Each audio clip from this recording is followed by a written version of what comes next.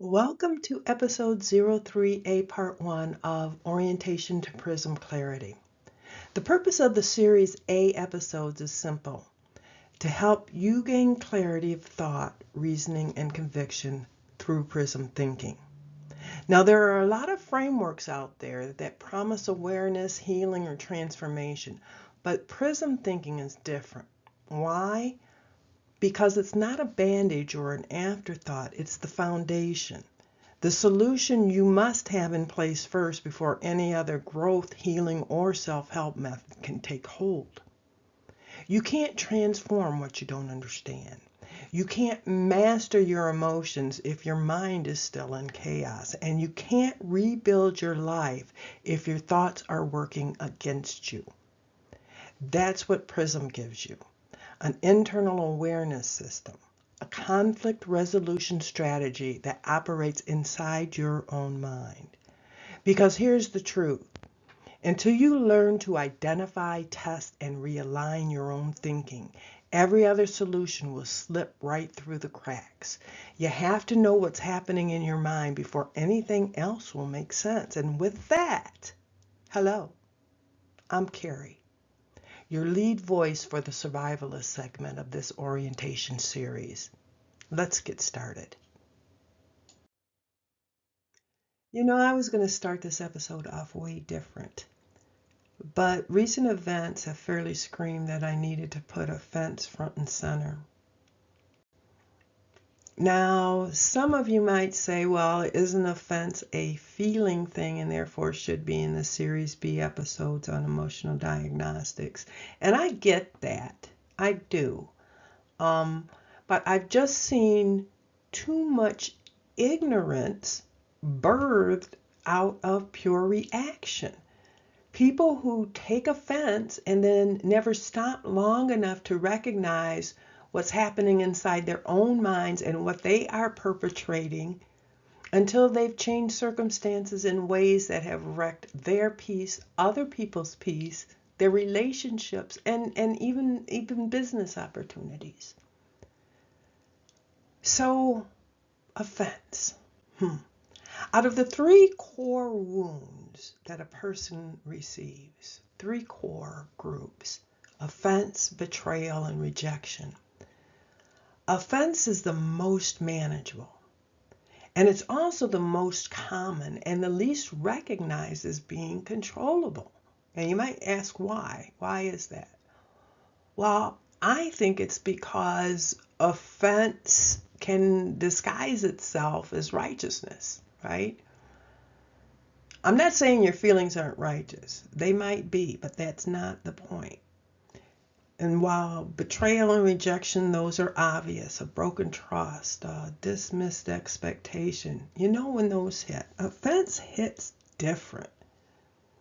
It's an unexpected surge, like a burst of heat that kind of blindsides you. And it can hit multiple taboos at once, right? Your personal, your moral, your cultural. And because of that, it hides under a shroud of justification. And that's a little tricky because that shroud isn't just denial, right? It's justification, it's reasoning wrapped in self-protection. It feels like clarity when sometimes it could be camouflage. The mind starts gathering evidence, pulling together every memory, belief, or experience that supports your stance. That's what the shroud does. It keeps you from seeing the full picture. And where does all of that defense come from? Well, it comes from your frame of reference. That invisible lens you use to interpret every experience, what you know, what has meaning, and what you choose to believe. So when something feels offensive, what's really happening is a collision between someone else's thoughts, voiced out loud, and your frame of reference. Your mind starts to defend its truth structures. It sounds logical. It makes sense. It feels like you're standing for truth, when in reality, sometimes maybe you're just standing in your own way. But let's be honest, because sometimes you're not wrong. Sometimes your offense is justified. The situation is unfair. But the point isn't whether your offense is justified. It's whether you can come through it in a constructive way. Does it lead you toward truth and peace, or does it drag you deeper into pride and chaos? That's the difference between being indignantly wrong and justifiably right. The key is recognition. If you can recognize it early enough, you can intercept it before those reactionary gatekeepers slam the doors of reason. So how do we recognize offense? Well, offense has bodyguards, right? Quick to react, emotions that rush in to protect your ego the moment it feels threatened. I call them gatekeepers. They're familiar. Anger zings up your spine, right? Hurt hides under that lump in your throat, pinned there by self-pity. Fear vacuums out the sound while whispering worst-case scenarios before logic has a chance. Disgust rises in the back of your throat and shuts the door on empathy. And indignation, that clutch your pearls righteousness that makes you feel morally superior without considering that there might be an alternate intent. Those are your reactionary gatekeepers. Once they're triggered, your rational mind kind of goes offline. Your IQ drops a few points. I mean, mine does. And then what happens next? You make choices based on emotion instead of logic. But that's how offense wins. That's how small things turn into big things, how conversations turn into feuds. So let's make this practical. Let's say your employer issues a new policy. No more overtime, no exceptions. Now, if you've been depending on that overtime to keep food on the table, that hits hard. Or maybe they suddenly mandate business attire or clean-shaven faces. Both come with their own set of obstacles, either monetary or, medical. But your mind starts shouting, why me? Why now? Why are they targeting me? Don't they know? Those are the echoes of offense. Not an evaluation of the policy, but your reaction to how it impacts you. That internal boil, that flare-up of unfairness, that's your signal. And not about what they said, it's about what it showed you about yourself. So you ask yourself, what does this show me about me? And what should it show me about me? The first thing you should know is don't let it drive. Yes, there are things that cause offense, and you can't help those first reactions. Anger, disbelief, wounded pride, fear. But once the haze clears, your thought process has to re-engage. Ask yourself, is my reaction solving the problem or feeding it? What would a measured solution look like? Throwing a tantrum, quitting in anger, or to prove a point?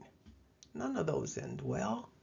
To hoist yourself on your own petard, to cut off your nose to spite your face. You know the drill. Those are ego-based reactions, not reasoned responses. So pump the brakes. Once the pulse slows and you can think again, start here. what does this really mean to me? To me. That's the to me pattern from the meta pattern on human influence. Clear the mind. Ask again, what does this really mean to me? And then test it. Is this short or long term? Does it require action now or later? Do I have to think it through? If not, make the time. Do I have time to think it through? That's what I missed. Do I have time to think it through? And if you don't, you make the time. So what does it mean? You have to ask. What can it mean? What will I allow it to mean? How does this affect my beliefs, my truths, or theirs? What does winning look like to me, to them? Is there supposed to be a winner? Are my truths inconsistent or are theirs? What belief or fear did that poke? Am I reacting to the truth or resisting it? That's how you dismantle offense. You bring it into the light. You name it. You make it answer for itself. Because offense will shout until you call it out by name. And once you recognize it, it actually loses some of its grip. Next time you feel that heat rising, pause. That pause is where your power lies. That's the moment you decide whether this situation shapes you or you shape it. Offense doesn't have to be your enemy, but if you let it drive, it'll wreck your peace. It'll wreck your reasoning. So you have to recognize it. You have to name it. You have to claim it. And you have to control it. So, a few things before I end episode 03A part 1. These episodes are supposed to be unscripted. They are not. I have found that my memory can no longer support the real-time stream of thoughts it takes to give the episode the depth that it deserves. Even with the scripting, I know that there are places where the transitions don't land as cleanly or as clearly as I intended, or where the thought may have skipped a beat between my head, the paper, and delivering it to you. So in order to fill in those gaps and make sure you have the full picture, there's going to be 2 short follow-ups within this segment. And the first will take a deeper dive into the self-diagnosis side of offense. What part it was the part that I only hinted at in the main commentary. And then the second will be a brief review of the key highlights from my scripted outline. The parts that didn't make it cleanly into the final cut, but still matter to the framework. So I appreciate your patience and your grace as I keep refining how to make these ideas clearer for you and truer to what I meant to say. So here you go. I'm not very good at the ad lib, so here we go. This is recognizing offense and what it may show me about me or you about you. And just very quickly, does it show that you crave validation? Again, these are questions that you can ask yourself when you are offended. Not that your offense isn't valid. It's what can it show you about you? Does it show you that you equate disagreement with disrespect? That you need control to feel secure? Or that your pride flares up when you feel that you're not heard? Now, what it should show you is that offense is a cue to pause, not a command to act. That's very important. That you can be disrespected without being diminished, because that's on them. Disrespect, offense is on the offender, not on you. You don't have to accept that. Does it show you that you still have space to grow in patience and empathy? And where your peace, it might show you where your peace might be conditional and needs to be tended to, right? Because your peace should never be conditional on someone or something else. Your peace should come from within you.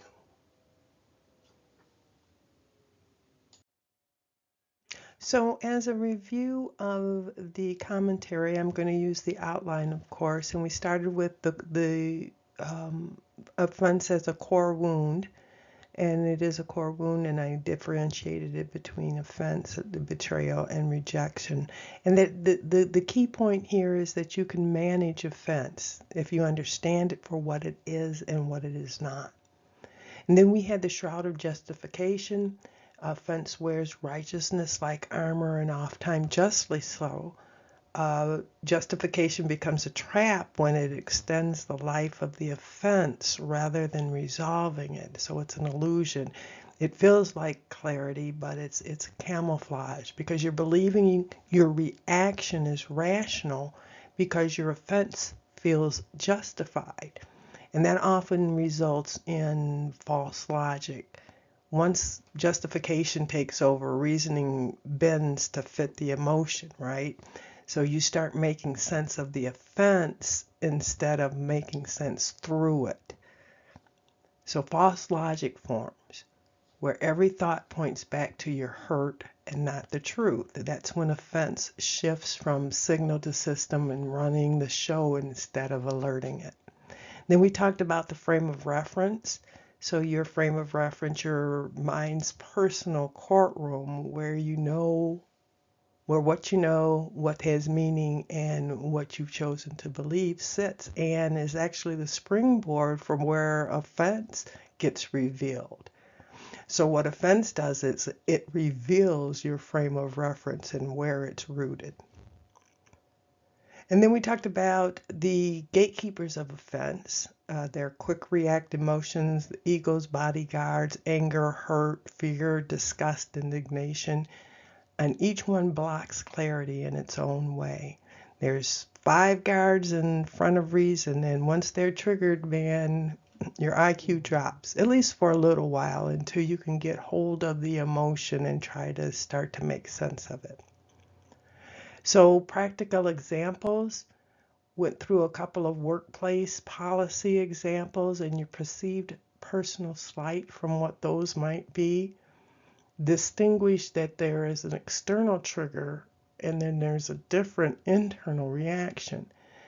So the practical pivot, it's not about what they said, it's about what it shows you about yourself, and that's where we went into the diagnostics from earlier. So you can't manage what you can't name. That is a key principle in Prism thinking.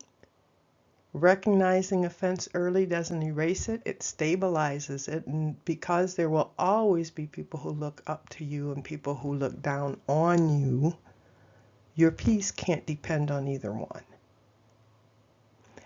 And then number 6 was the pivot. So what do you do about it, right? What do you do about offense? And I talked about the 2-me lens and bringing that in from the pattern of human influence, because it's all about me. It's all about the me and me, right? And so that's what you have to start doing. That's what you have to start asking yourself. What does this really mean to me?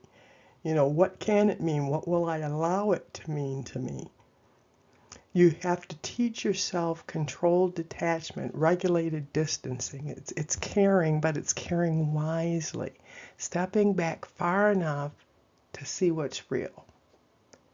And then in closing, of course, that pause equals power, because it's when you recognize that you have reacted to something, and then you are able to grab hold of it, claim it, and control it. Thanks for tuning in. Talk to you next time.